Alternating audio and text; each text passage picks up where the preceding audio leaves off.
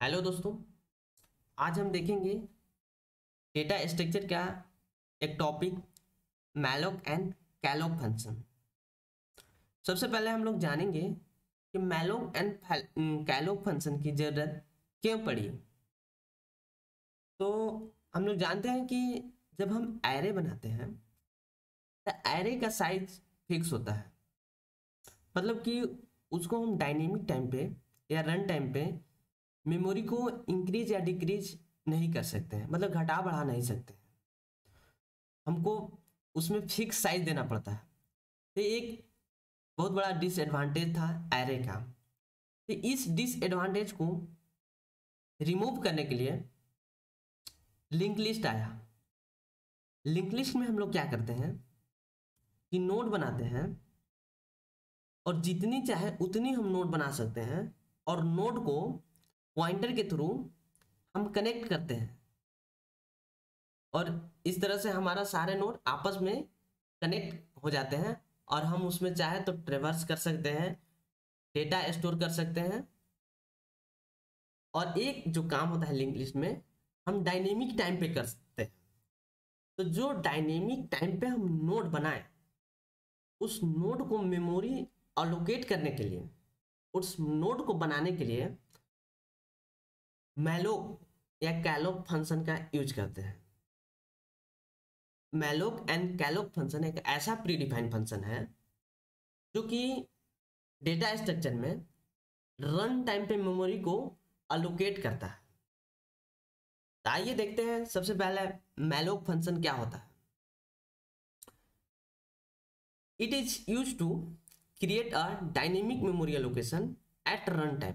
मतलब कि हम रन टाइम पे इसकी सहायता से मेमोरी को अलोकेट कर सकते हैं, मतलब कि क्रिएट कर सकते हैं। Malloc function allocated a single block of memory. ये क्या करता है कि सिंगल ब्लॉक ऑफ मेमोरी को अलोकेट करता है ऑफ सेम साइज। जो एक ब्लॉक बनेगा वो स्पेसिफाई साइज का कुछ हम साइज उसमें पास कर देंगे और वो सिंगल ब्लॉक ही मेमोरी को अलोकेट करता है।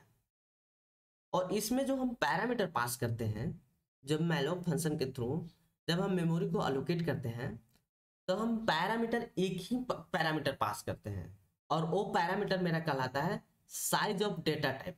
सपोज दैट एक हम नोड बनाए तो नोड का हम जितने सारे हम उसमें लाइक वेरिएबल बनाएंगे, इन्फो पार्ट यानी कि डेटा को स्टोर करेगा। लाइक हम एक पॉइंटर बनाएंगे जो कि नेक्स्ट नोड के एड्रेस को कंटेन करके रखेगा। तो वो एक स्पेशल साइज का, स्पेसिफिक साइज का मेमोरी ब्लॉक क्रिएट कर देगा और उसके एड्रेस को रिटर्न कर देगा। और उसको चाहे तो हम जो एड्रेस के थ्रू हम उसको जहाँ चाहे वहाँ हम उसको कनेक्ट कर सकते हैं, वहाँ उसको यूज हम कर सकते हैं। और यदि हम मैलोक फंक्शन के थ्रू मेमोरी को अलोकेट कर रहे हैं और पैरामीटर हम कुछ भी पास ना करें तो गार्बेज वैल्यू को रिटर्न करता है। मतलब कि गार्बेज वैल्यू का मतलब होता है किसी भी मेमोरी लोकेशन को पॉइंट करने लगेगा, वो गार्बेज वैल्यू हो जाएगा। इसका हम यूज की बात करें तो मैलोक फंक्शन का यूज हम लिंक लिस्ट में करते हैं, स्टैक में कर सकते हैं, क्यू में कर सकते हैं, एब्स्ट्रैक्ट ट्री ग्राफ में भी हम लोग कर सकते हैं। इसका हम सिंटेक्स की दिखेंगे। आइए एग्जांपल देखते हैं कि हम एक्चुअली मेमोरी को अलोकेट कैसे करते हैं, मैलोक फंक्शन का यूज हम कैसे करते हैं। तो जैसे कि हम लोग जानते हैं कि जब एड्रेस को कंटेन कराना रहता है, जब एड्रेस को स्टोर कराना रहता है तो उसके लिए हम पॉइंटर बनाते हैं। पॉइंटर एक ऐसा वेरिएबल है जो कि जिस टाइप का पॉइंटर हो उसी टाइप के वेरिएबल को, एड्रेस को कंटेन करके रखता है, उसमें हम स्टोर करा सकते हैं। मतलब कि पॉइंटर का काम एड्रेस को स्टोर कराना ही होता है। तो जैसे हम मैलोक फंक्शन एक एड्रेस को ही रिटर्न करेगा, इसके लिए हमको जरूरी है कि एक पॉइंटर बनाए और पॉइंटर उस एड्रेस को स्टोर करके रखेगा।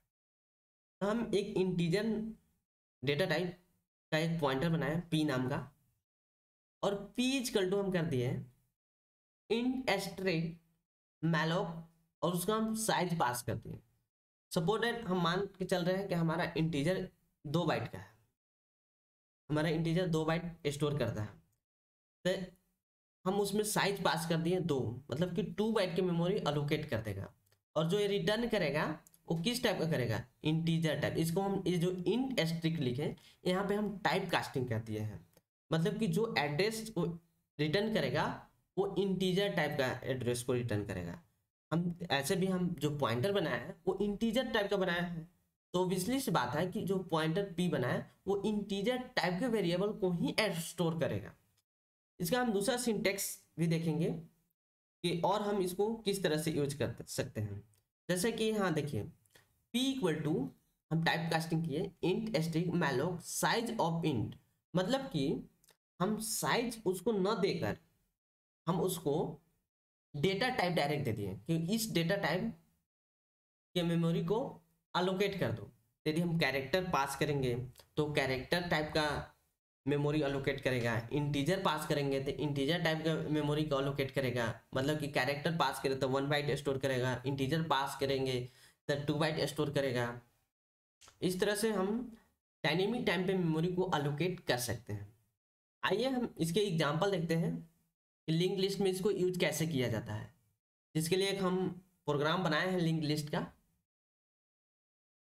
तो देखिए यहाँ पे एक हम नोड बनाया। नोड हम लोग जानते हैं कि नोड में 2 पार्ट होते हैं, एक इन्फो पार्ट और एक लिंक पार्ट। इन्फो पार्ट क्या करता है कि डेटा को स्टोर करके रखता है, और लिंक पार्ट क्या करता है कि अगले नोड या प्रीवियस नोड के एड्रेस को कंटेन करके रखता है।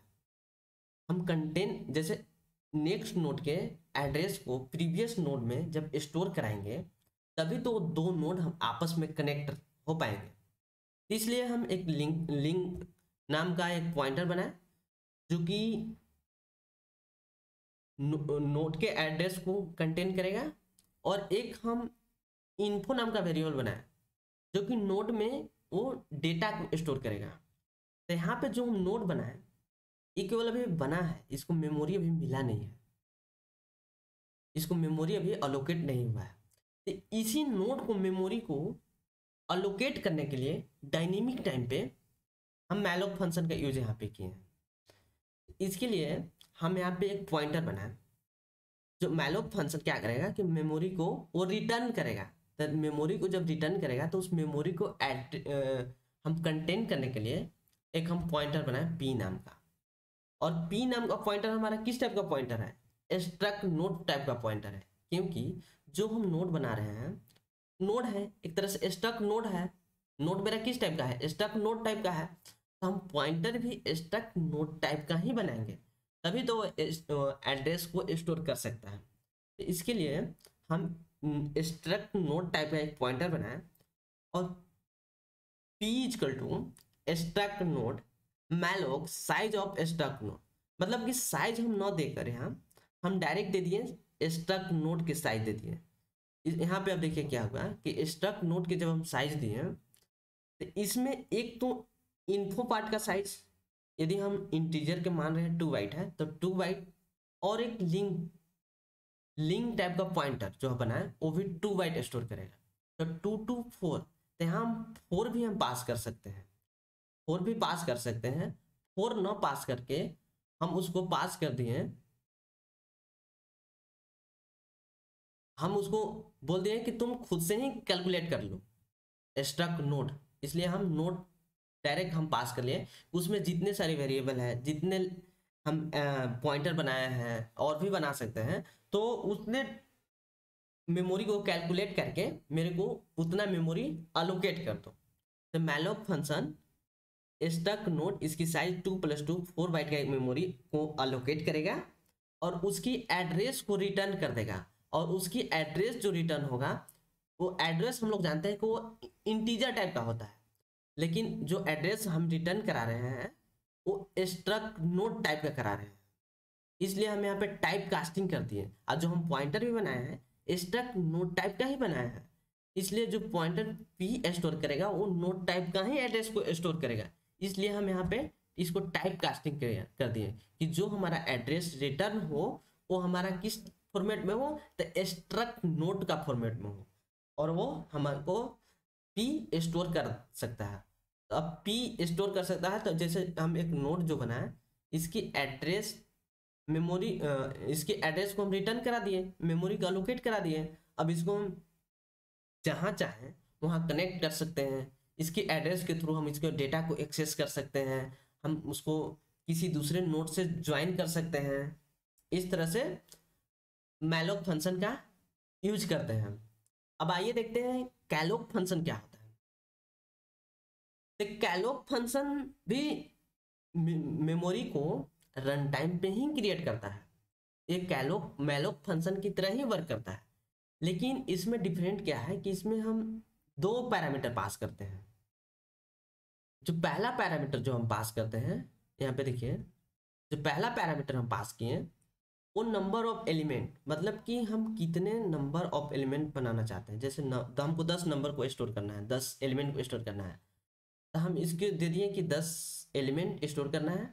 और मेरे को यदि सपोर्ट है कि इंटीजर वैल्यू स्टोर करना है, तो उसकी साइज हम दे दिए 2 बाइट, मतलब कि 2 × 10 20 बाइट की मेमोरी अलोकेट कर देगा और वो रिटर्न कर देगा। इस तरह से हम 10 एलिमेंट वो भी इंटीजर टाइप का हम स्टोर करा देते हैं। अब आइए देखते हैं इसका डिफिनेशन क्या होता है। तो malloc function allocated multiple block of memory just of a specified size of the size specified size का कुछ हम साइज दे देंगे, और वो मल्टीपल ब्लॉक ऑफ मेमोरी। जैसे कि हम एरे एग्जांपल लेते हैं, जो एरे हम क्रिएट करते हैं, जैसे 10 एलिमेंट के एरे हम स्टोर क्रिएट किए, तो 10 ब्लॉक बन जाता है। जैसे एक ब्लॉक में एक एलिमेंट को स्टोर कर सकते हैं, दूसरे ब्लॉक में हम दूसरे। तो जिस तरह से एरे 10 ब्लॉक का बना, उसी तरह से हमारा calloc function multiple block of memory को अलोकेट करता है रन टाइम पे। एरे की तरह ही हम इसको मेमोरी को अलोकेट करा सकते हैं, और ईच ब्लॉक का जो साइज होगा, ईच ब्लॉक का साइज सेम ही होगा। और ये क्या करता है calloc function? Calloc function stand for continuous memory allocation, मतलब कि ये कंटिन्यूअस लगातार मेमोरी को अलोकेट करेगा। इसमें पहले ही हम बोल चुके हैं कि there are 2 argument pass, that is first number of element and second size of the memory. और यदि हम इसमें कुछ पैरामीटर पास ना करें तो यह 0 रिटर्न करता है, इसकी डिफॉल्ट वैल्यू 0 होती है। आइए एग्जांपल देखते हैं और इसका सिंटेक्स देखते हैं क्या होता है। तो एक हम इंटीजर टाइप की पॉइंटर बनाएं, जो कि इंटीजर टाइप के ही एड्रेस को वो स्टोर करेगा। तो इसके लिए हम p equal to int asterisk calloc 10 and 20।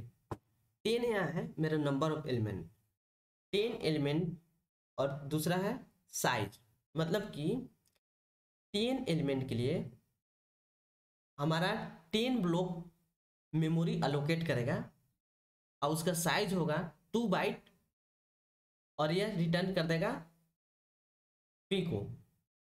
जैसे ये मेमोरी को जो एड्रेस रिटर्न करेगा वो हमारा इंटीजर टाइप का हम जो पॉइंटर बनाया है, इसलिए हमारा जो एड्रेस स्टोर होगा वो इंटीजर टाइप का ही होगा। इसके लिए हम टाइप कास्टिंग कर दिए इंटीजर। आइए इसके देखते हैं प्रोग्राम लिंक लिस्ट में भी कि इसको यूज हम कैसे कर सकते हैं। जैसे कि हम एक नोड बनाए जिसमें हम 2 पार्ट, नोड में 2 चीज़ें बनाए, एक इन्फो पार्ट, एक link part. Info part data को स्टोर करेगा, लिंक पार्ट हमारा नेक्स्ट नोड या प्रीवियस नोड, मैंने किसी भी नोड के एड्रेस को स्टोर करा सकते हैं ताकि वो नोड आपस में लिंक हो सके। अब ये तो नोड हम बनाए, लेकिन इसको अभी मेमोरी मिला नहीं है, इसको मेमोरी अभी एलोकेट नहीं हुआ है। इसके लिए एक हम मेमोरी को अलोकेट करने के लिए हम पी नाम का पॉइंटर बनाए, और हम जैसे कि हम नोड क्रिएट करेंगे हैं तो नोड टाइप का ही एड्रेस को कंटेन करके रखेगा, इसलिए नोड टाइप का ही हम एक पॉइंटर बनाए। और p equal to struct node malloc, sorry यहाँ पे कैलोक फंक्शन साइज ऑफ, जैसे कि हमको नोड यहाँ पे एक बना है लेकिन हम चाह रहे हैं कि 10 नोड बन जाए ताकि 10 एलिमेंट हमारा स्टोर हो सके। तो उसके लिए हम यहाँ पे दे दिए 10, मतलब कि नंबर ऑफ जो नोड्स होगा वो 10 बन जाएगा, और उसकी साइज स्ट्रक्ट नोड, मतलब कि उसमें जितने नोड हमारा यहाँ पे 10 बना और उसमें जितने पार्ट है जैसे इन्फो पार्ट, लिंक पार्ट, उसको ये कैलकुलेट कर लेगा। हम साइज इसको प्रोवाइड ना किए, हम इसको स्ट्रक्ट नोड ही दे दिए ताकि वो जितने उसमें पार्ट है जैसे इन्फो पार्ट है, लिंक पार्ट है, तो उसकी मेमोरी को कैलकुलेट करके उस साइज का मेमोरी एलोकेट करते हैं। तो अभी मेरा क्या करेगा कि 10 नोड बनाएगा और ईच नोड में 2 पार्ट होंगे, एक इन्फो पार्ट, दूसरा लिंक पार्ट, और ये जो मेमोरी एलोकेट होगा उसको हम पी में स्टोर करा दिए। अब जब मेरे पास एड्रेस आ गया, किसी भी नोड को एड्रेस जब हम मेरे पास आ गया, तो उसको हम जैसे चाहें उसमें हम डेटा को स्टोर करा सकते हैं या किसी दूसरे नोड से हम कनेक्ट कर सकते हैं, मतलब अपने पर्पस के लिए उसको यूज हम कर सकते हैं। तो यही था आज का टॉपिक, कैलोक एंड मैलोक फंक्शन क्या होता है। आप डिफरेंस भी यदि पूछे एग्जाम में तो बता सकते हैं कि malloc function single block of memory को अलोकेट करता है और calloc function multiple block of memory allocate करता है ऑफ सेम साइज। दूसरा कि मैलोक फंक्शन में हम सिंगल आर्गुमेंट पास करते हैं और कैलोक फंक्शन में हम 2 आर्गुमेंट पास करते हैं, 1 for number of element and second for size of element. तीसरे डिफरेंस की हम बात करें, यदि इसकी डिफॉल्ट वैल्यू, तो मैलोक फंक्शन की डिफॉल्ट वैल्यू गार्बेज वैल्यू होती है एंड कैलोक फंक्शन के डिफॉल्ट वैल्यू 0 होता है। और जो कैलोक फंक्शन होता है वो कंटिन्यूअस मेमोरी अलोकेट करता है। तो आज इतना ही तक देखते हैं।